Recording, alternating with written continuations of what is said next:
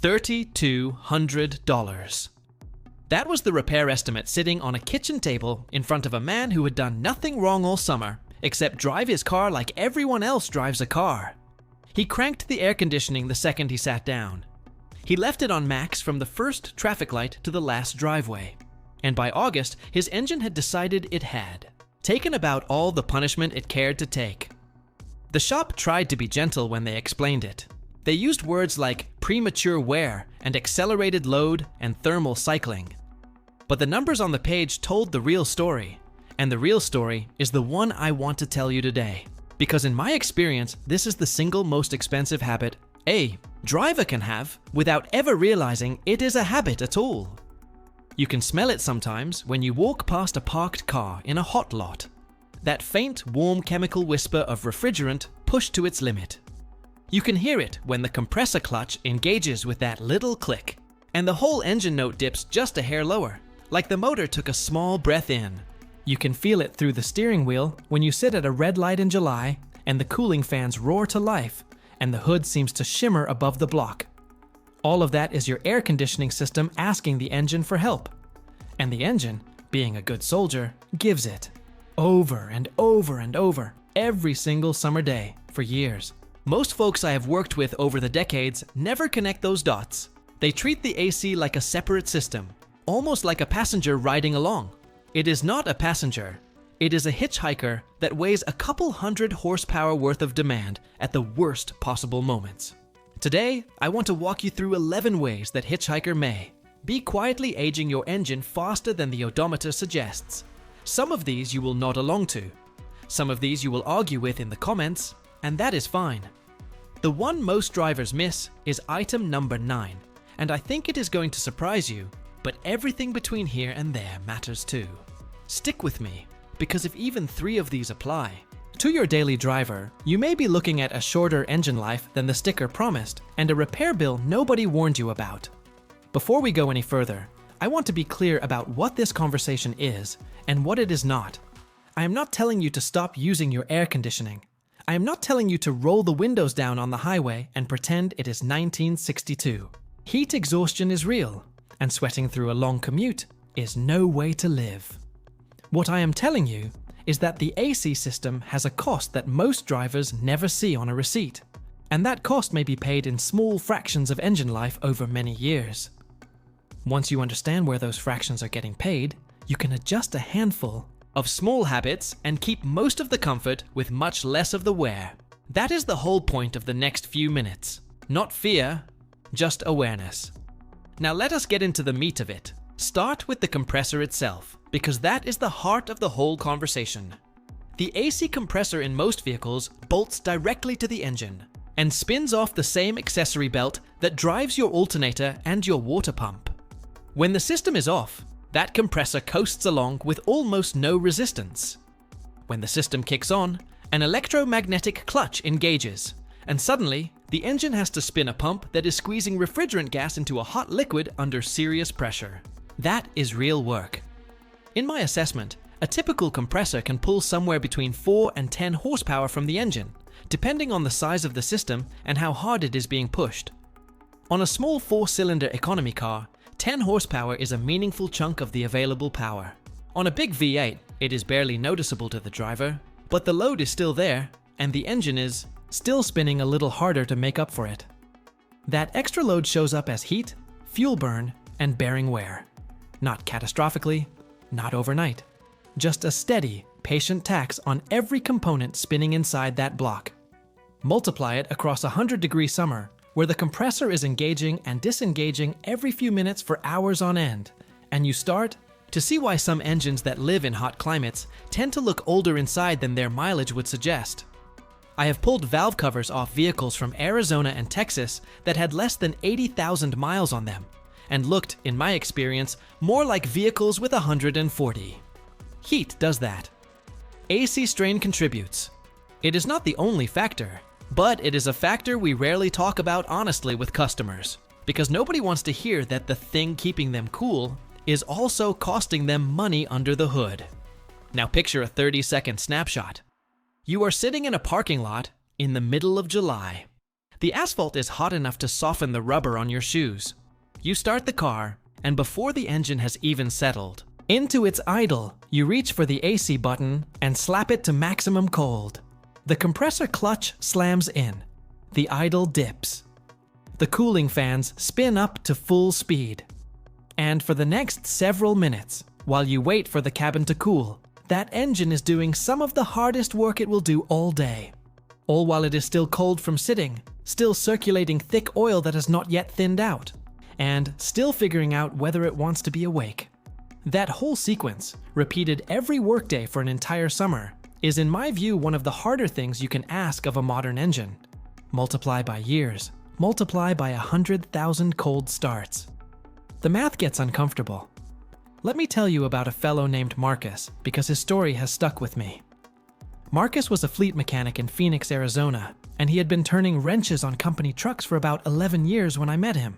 He drove a 2014 Ford F-150 with the 5.0 bay V8, the kind of truck you would expect to last forever in the right hands. And Marcus was the right hands. He changed his oil early. He rotated his tires on schedule. He listened to his engine the way a doctor listens to a patient. But he had one habit that he had picked up from the desert. The second he climbed into that truck, summer or shoulder season, he set the AC to the coldest setting, lowest fan speed off, and let it run wide open. He did it because the cab would be 140 degrees inside if he did not. He did it because every fleet driver in Phoenix did it. And around year 9, somewhere just past 110,000 miles, that truck started showing him things. A faint tick on cold start that smoothed out after a minute. A creep on the temperature gauge during long idles in traffic. A water pump that started weeping a little before it ever should have. He pulled it apart himself, because he could, and what he found, he told me, looked more like a truck with 200,000 miles on it than one with 110. The accessory belt tensioner was worn smooth. The pulley on the compressor itself had a slight wobble. The water pump bearings were chalky. None of those things were the AC system breaking, in his view. They were the AC system asking, year after year, summer after summer, for the engine to carry just a little more weight than it had been designed to carry for that long, in that heat, that often. He drives a smaller 4-cylinder now. He uses the AC, but he gives the engine 30 seconds to wake up first, every single time. That habit, he told me, was the cheapest insurance policy he had ever bought. Let us talk about idle load, because that is where a lot of the quiet damage may live. When you are rolling down a highway at 65 miles per hour, your engine is producing more than enough power to run the AC compressor without breaking a sweat. The airflow over the radiator is constant. The cooling system is happy. The engine barely notices. But the moment you stop at a red light, everything changes. The engine drops to idle, where it is producing the least power it produces all day. The natural airflow over the radiator stops. The cooling fans have to take over the entire job of moving air through the condenser and the radiator at the same time. And the AC compressor is still asking for its share of horsepower, sometimes a much larger share, because the cabin is heating up and the system is working harder to keep up. So at the exact moment the engine has the least to give, it is being asked to give the most. Idle temperatures climb. Oil thins out. The combustion chamber runs a little hotter than it likes. In stop-and-go traffic on a hot day, a typical engine may sit in that condition for an hour at a time. Over a summer, that adds up to a tremendous number of hours spent in what some technicians informally call the unhappy zone. It is not a failure mode. It is a stress mode. And stress modes accumulate.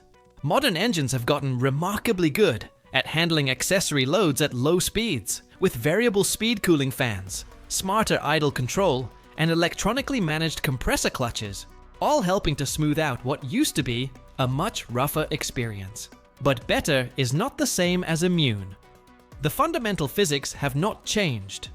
A pump bolted to the front of an engine still asks that engine for power, and an engine sitting at idle still has very little spare power to give. The newer technology may hide it better. It does not erase it. And the heat that builds under the hood during those long idles does not just affect the engine. It affects every plastic and rubber part within a few feet of the block. From the wiring harness insulation, to the intake manifold gaskets, to the little vacuum lines that nobody thinks about until one of them cracks and throws a check engine light on the freeway. Here is a contrast that I think paints the picture clearly. Take two identical vehicles. Same make, same model, same year, same engine, same transmission. One lives its life in a cool coastal climate, where the owner uses the AC maybe 40 days a year, and even then only on the lower fan settings. The other lives in a hot inland valley, where the AC runs from April through October, full blast, every single drive. After 10 years, both vehicles have around the same odometer reading, but pop the hoods, and the differences may be striking. The hot climate vehicle tends to have more dried out hoses, more brittle vacuum lines, a thinner serpentine belt, often a noisier compressor, and frequently a water pump that has been replaced at least once. The cool climate vehicle often looks, in my experience, almost showroom underneath. Same mileage, different lives. The variable that changed the most was not the miles driven. It was the hours the AC spent dragging the engine through hot weather. That contrast alone should tell you something about how much hidden wear we are talking about, and why two vehicles that look identical on paper can have such different service histories under the metal. I see this pattern often enough at trade shows and shop visits that I have come to think of Climate as the silent third partner in any used car purchase, sitting right next to mileage and maintenance records. The next thing I want you to think about is your serpentine belt and your accessory drive, because this is where AC strain shows up earliest and most visibly. That long rubber belt snaking around the front of your engine is doing a remarkable amount of work for a single piece of reinforced rubber. It is driving the alternator, the water pump on most vehicles, the power steering pump if you still have one, and yes, the AC compressor. When the compressor clutch engages, it does not engage gently. It snaps in with a sharp tug that the belt has to absorb instantly. Over thousands of engagements per summer, that tug adds up. The belt may start to glaze on its inner surface. The tensioner spring may weaken. The idler pulley bearings may grow a hair of play. None of these are catastrophic on their own, but together they may set the stage for a belt that squeals on humid mornings, slips slightly when the compressor kicks in, or, in a worse case, fails on a hot afternoon when you can least afford it. A snapped serpentine belt in the middle of a heat wave is the kind of breakdown that can ruin a weekend, and possibly an engine if the cooling system loses circulation before you can pull over. I have seen folks add $1,000 to a routine repair simply because they did not catch a frayed belt in time, and the AC system was working overtime that whole season as the underlying cause. There is also the matter of refrigerant charge folded in here, because a system that is a little low on refrigerant makes the compressor cycle harder, and more often, which puts even more tugs on that belt. If your AC takes noticeably longer to cool the cabin than it did a few summers ago, or if you hear the compressor clutch clicking in and out more often than it used to, that may be worth a quick look from someone who can hook up gauges. Catching a slow refrigerant leak early may save the belt, the compressor, and a fair chunk of engine wear all at once. Then there is the cooling system itself, which is where things start to interact in ways that surprise people. Your radiator is sitting right behind the AC condenser, which is the grill-shaped device that sheds heat from your refrigerant. When the AC is running hard, that condenser is dumping a tremendous amount of heat into the air that is about to pass through your radiator. So the air reaching your engine coolant is already warmer than the outside temperature suggests. On a 95-degree day, the air your radiator is trying to use to cool the engine may already be 110 or hotter by the time it gets there, because the condenser warmed it up on the way through. That is not a flaw in the design. It is just physics. But it means your cooling system has to work harder. The thermostat may stay in a more open position longer, the water pump spins under load for more hours, and any small weakness in the system, a slightly clogged radiator, a thermostat that hesitates, a fan clutch that is not engaging crisply, will get amplified. In my view, a cooling system that would have lasted 12 years in a mild climate may only deliver 8 in a hot one with heavy AC use, and the difference is not the coolant or the radiator. It is the cumulative thermal load. If you have ever wondered why your temperature gauge climbs noticeably when you sit in heavy traffic with the AC on, but settles back to normal the moment you start moving again, what you are watching in real time is exactly that dynamic. Get moving, and ram air takes over. The AC system stops working so hard because the condenser sheds heat better at speed, and the gauge relaxes. That little dance, played out 100 times a summer, is a small picture of a much bigger story about thermal load on your engine. I want to take a moment on oil here, because this is where the long-term engine wear may quietly hide. Engine oil has a temperature range where it does its best work, and most modern oils tolerate heat far better than the oils of 20 years ago. But tolerate is not the same as thrive. When the engine spends hours in hotter than usual conditions because of constant AC load, in heavy traffic, the oil may oxidize faster, thicken sooner, and lose some of its protective additives earlier than the maintenance schedule assumes. The schedule in your owner's manual was written for a sort of average use case. Heavy summer AC use and stop-and-go traffic in hot climates may not be average. It may be severe service, which is a category most manuals quietly include in the back pages with shorter oil change intervals. In my experience, drivers who live in hot climates and use their AC heavily would do well to think of themselves as severe service drivers and shorten their oil intervals accordingly. The cost of an extra oil change a year is modest. The cost of timing chain wear or bearing damage from cooked oil is not modest at all. This is one of those small habit changes that may add years to an engine without changing anything else about how you drive. I want to be careful here, because I am not a fan of doomsday talk around oil. Most oils today are genuinely impressive, but I have cut open enough used oil filters from hot climate vehicles to know that the residue inside them tells a different story than the residue inside filters from milder places, even on identical engines run on identical schedules. Now we come to item number 9, which is the one I told you most drivers miss, and I think you will see why. It is not the compressor. It is not the belt. It is not even the heat. It is the cabin air filter. Yes, the cabin air filter. The little pleated paper rectangle hiding behind your glove box that nobody ever thinks about. When that filter clogs up, and they all clog up eventually, especially in dusty climates or places with heavy pollen, the AC system has to pull harder to move air through it. The blower motor strains. The evaporator core behind it may frost up unevenly. The system may run longer to reach the same cabin temperature because it is moving less air per minute. And longer run times mean more compressor engagement, more engine load, more heat, and more wear. A $10 filter that has been ignored for 3 years may be quietly costing you an hour of extra AC compressor runtime every single day in summer. Multiply that by a season. Multiply that by years. The math gets ugly fast. And here's the part that really catches people. Most drivers I talk to have no idea where their cabin air filter even is, let alone when it was last changed. Some vehicles have never had the filter replaced in their entire lives, because the previous owner did not know about it, and the current owner inherited the silence. If you do nothing else after watching this, in my view, locate that filter, look at it, and replace it if it looks anything other than clean. It may be the single cheapest engine longevity move available to you. This is the climax of everything we have been talking about, because it ties together airflow, compressor load, heat, and runtime in one little $10 part that almost nobody thinks about. Find it, check it, change it. Your engine may thank you in ways that take years to show up, but show up they will. I once pulled a cabin filter out of a 6-year-old sedan that looked, no exaggeration, like a small section of carpet. The owner had no idea the part existed.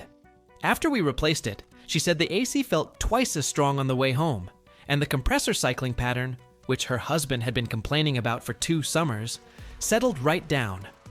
The 10th thing I want to mention is short trips, because short trips and AC are a particularly bad combination. When you drive a few blocks to the store, your engine never reaches full operating temperature. The oil never fully thins out. The catalytic converter never fully warms up. Moisture from combustion never fully burns out of the exhaust and the crankcase. Now add full blast AC to that short trip. The compressor is engaging during the entire warm-up period, asking the cold. Engine for power it does not yet want to give. The cooling fans are running before the thermostat is even open. The whole thermal cycle of the engine is being stressed in a way it was not really designed for. If your daily driving pattern includes a lot of short trips with the AC blasting from the moment you turn the key, I would gently suggest that you may be aging your engine faster than someone who drives the same total miles in longer stretches. The fix is not to suffer in the heat. The fix is to start the car, let it idle for 15 or 20 seconds, then turn on the AC on a moderate setting, and let it ramp up as the cabin cools. Small change. Possibly meaningful difference over a decade. And if you're weekly, errands are all short hops. Consider chaining them together into one longer outing once or twice a week, so the engine has a chance to come up to full temperature and burn off accumulated moisture and short trip residue. That is not a hard rule. It is just a habit shift that may help on the margins. And margins are what we are talking about across this entire conversation. And the 11th thing, the one I want to leave you with before we wrap up, is the condenser itself, the part of your AC system that lives right behind your front grille. That condenser is in the worst possible location for staying clean. Every bug, every leaf, every bit of road grit, every cottonwood seed, every dust storm leaves a little something behind on those fins. Over years, the front face of that condenser may become a felt mat of debris that strangles the system's ability to shed heat. The compressor responds by working harder, the refrigerant pressures climb higher, the clutch cycles more aggressively, and the engine pays the bill in extra load and extra heat. A condenser that you can rinse gently with a garden hose, from the engine side outward, with the engine often cool, may recover a remarkable amount of its lost performance, and may shave real hours off your AC compressor's annual workload. I am not telling you to take it apart. I am telling you to look at it, and if it looks like a dusty doormat, give it a gentle rinse the next time you wash the car. It costs nothing. It may help everything downstream of it. Spring is the best time for this little ritual, before the heavy heat sets in, because a condenser cleaned in April is a condenser that earns its keep all the way through October. So let me bring all of this back together, quietly, because I know it is a lot to take in. We started with a compressor that may be pulling more horsepower from your engine than you realize. We talked about cold start AC abuse and the snapshot of that hot parking lot in July. We met Marcus in Phoenix and his hard-working F-150 that aged faster than its odometer suggested. We looked at idle load and the unhappy zone where engines bake in traffic. We compared two identical vehicles in different climates and saw how the AC hours, not the miles, told the real story. We walked through serpentine belt strain, refrigerant charge, cooling system interactions, and the way engine oil may quietly suffer in severe service conditions. We climbed up to item 9, the cabin air filter, the $10 part hiding behind your glove box that may be the cheapest engine longevity move you will ever make. We touched on short trips and how full blast AC during warm-up may be one of the harder things you can ask of a cold engine. And we finished with the condenser, sitting out front, collecting a decade of road debris that the compressor has to work around. None of these things, on their own, will destroy your engine tomorrow. That is not the warning here. The warning is that they may add up, year after year, quietly, in ways that do not show up on a dashboard light until something expensive finally lets go. The man with the $3,200 repair estimate at the top of this video did not do one big thing wrong. He did a dozen small things, every day, for years, that the system was patient about until it was not patient anymore. You have the chance to be more deliberate than that. Start the engine, give it a breath, ease the AC in instead of slamming it to max, check the cabin filter, glance at the condenser, listen to your belt, watch your temperature gauge in traffic, and think of your AC as a partner that costs the engine something every time it works instead of a free passenger. Now I want to hear from you, because every climate is different and every driver is different. What is your AC habit when you first get in the car on a hot summer day? Do you slam it to max and let it sort itself out? Or do you ease into it? Tell me in the comments below. I read them. I learned from them.